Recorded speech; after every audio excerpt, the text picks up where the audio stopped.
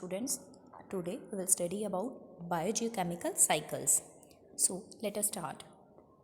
Nutrients and water are the essential elements that are the part of our biogeochemical cycles. You know that the living organisms they need about 30 to 40 elements for normal development. The chemical elements and the nutrients that flows between the biotic and the abiotic components, that is the non-living to living and back to the non-living components of the ecosystem, are more or less are in a cyclic pathway. Nutrients that are required by organisms, primarily by autotrophs, can be classified into macronutrients and micronutrients. Now, what are macronutrients? The nutrients which are required relatively in larger amount. They are carbon, hydrogen, oxygen, nitrogen, potassium, calcium, magnesium and sulfur and phosphorus. Micronutrients are the nutrients which are required in very small quantities. They include iron, manganese, copper, zinc, boron, sodium and so on. More elements are there. These nutrients, they are in the form of a cycle, they are recycled in the ecosystem. Now they are involved in the functioning and the maintenance of the ecosystem. Biogeochemical cycles are of two types. One is your gaseous nutrient cycle. The source of these nutrient cycles are atmosphere and ocean. The gases which are the important for life are nitrogen, oxygen and carbon dioxide. There are three gases. They are in stable quantities, that is nitrogen 78%, oxygen 21% and carbon dioxide is 0.03%. These are nitrogen, oxygen and carbon cycles. Others are sedimentary nutrient cycles. The main sources are soil, rocks and minerals. The mineral elements that living organisms require comes initially from the inorganic sources. Mineral salts can directly comes from the earth crust by the weathering of rocks. These include sulfur and phosphorus cycle.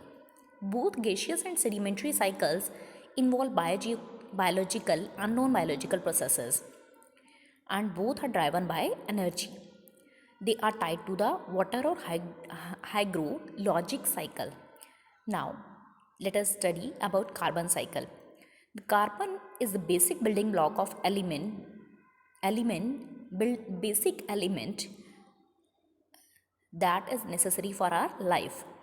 As you know that carbon in its molecular form, it is available as CO2, carbon dioxide, that is utilized by green plants, and volcanoes can release this carbon dioxide to the air. The carbon also found in earth's crust as a carbonate rocks.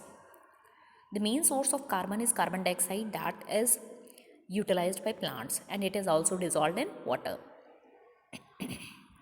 The carbon is converted from carbon dioxide into sugars by the green plants. From there, it is transferred through ingestion along with the food chain to the herbivores and carnivores. At each stage, the part of carbon dioxide is stored in the complex food molecules and where it is broken down to release energy. Carbon is recycled again as carbon dioxide to the air and water. As you know that human and the mammals release carbon dioxide to the atmosphere. The remaining carbon is returned to the air and water when an organism dies and decay. Here we have the carbon cycle. The carbon is produced, it is there in limestone and it is produced by fossil fuels. Now these fossil fuels, the fossil fuels produce carbon dioxide. Combustion of fossil fuels also releases carbon dioxide. Decay, the death of plants and animals also releases carbon dioxide. The respiration, human beings when respire, they also release carbon dioxide. Plants produce carbon dioxide. Volcanic eruptions also release carbon dioxide. So in this way, this cycle is, there is a replenishment of carbon dioxide. Now come to the oxygen cycle. As you know, oxygen is one of the most important element of the earth crust. Not abundant. Abundant is your nitrogen. It makes 65% of the mass of the human body. The main reservoir are air, ecosystem and earth crust. The main driving factor of oxygen is process of photosynthesis. By photosynthesis will get oxygen. Plants photosynthesize to form oxygen. Oxygen is interconnected with the carbon dioxide. Autotrophs use carbon dioxide and inorganic substances to produce food and release oxygen to the atmosphere. The animals then breathe oxygen and they release carbon dioxide. Decaying of plants and animals also release carbon dioxide that are used up by green plants. So here you are able to see the oxygen in the air that is utilized by mammal, and they release carbon dioxide in the atmosphere, and this carbon dioxide is used to make the food. The plants, the animal waste or the dead animals after decomposition, they also liberate out carbon dioxide. Now here we have the ray diagram. Atmospheric oxygen is utilized by the process of respiration by the human beings. Then the products of this is carbon dioxide and water that is utilized by green plants, and again oxygen is released in the environment. Now we have the nitrogen cycle. Nitrogen is an important element because it is a constituent of some of the biological molecules. Most of the nitrogen in the living organisms doesn't enter directly from atmosphere. Instead, the nitrogen fixing bacteria in soil, algae, and in leguminous plants convert this gaseous nitrogen into nitrates and nitrites. That means the nitrogen fixing bacteria fix the nitrogen into nitrates and nitrites. These nitrate salts dissolve in soil water and are absorbed by plants. When animals feed on these plants, some nitrogen is passed on to the animals. When organisms die, then the nitrogen is again converted into the ammonia and the soluble salt by the saprophytic fungi and bacteria. These are converted by nitrifying bacteria into nitrite. Plants can absorb the dissolved ammonium and nitrate ions to begin the nitrogen cycle again. Now have a look at this cycle. Here we have the mammals, that is the ruminant animals, cows and buffaloes. They eat plants. In plants, on decomposition, the bacteria fungi, they degrade these nutrients that are absorbed by these plants, and or they as they are eaten up by the animals.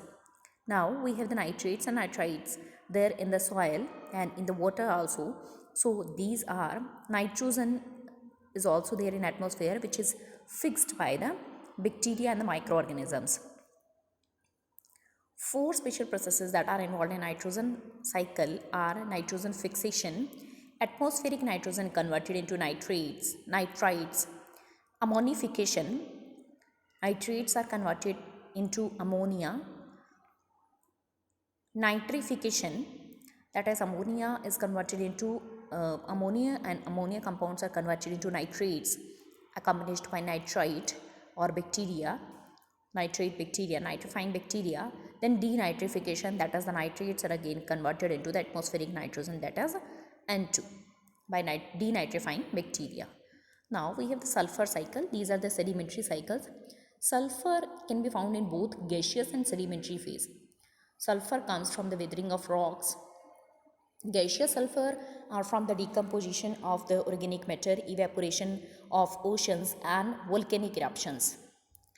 A significant portion of sulfur is released as a byproduct of the burning of fossil fuels.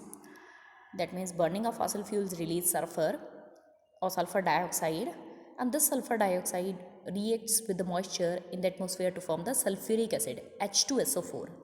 The sulfuric acid is your H2SO4, which is carried to the earth in the form of precipitates. Plants incorporate it into the sulfur bearing amino acids, and the consumption, excretion, and death carry sulfur back to the soil and aquatic sediments, where bacteria release it in the form of inorganic forms.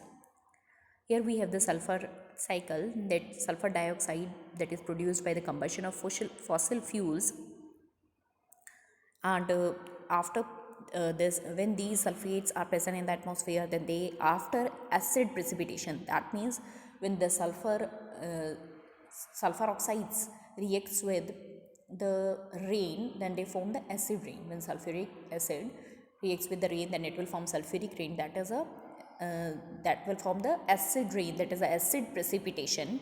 And these acid precipitates when comes to the earth, then they in the form, then they reaches to the soil in the form of sulfate, and from soil they are taken up by the plants and animals.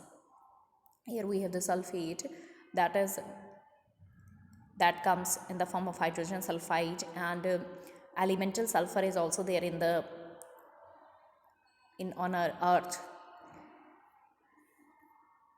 Now come to the phosphorus cycle. The phosphorus cycle is there, in which we have the phosphorus is again released by the burning, and it is when these phosphate ions, they are eaten up by the, it is present in the soil, and that plants take up this phosphorus, and the mammals, animals, when eat plants, then after their death it is replenished. The decomposers decompose the dead plants and animals, and again it comes to the soil, and from the sea also it is taken after the evaporation of the sea water. So in this way the phosphorus cycle. Now how are these cycles linked? The nutrient that cycle are the nutrients that cycle are all are the important components of the, all these cycles are the important components of the living organisms. Now what is the relationship between these elements, as these elements are involved in the plant growth, and which is related with the carbon uptake and plant growth. So interconnection of the different biogeochemical cycles may always lead to the equilibrium state within the biosphere.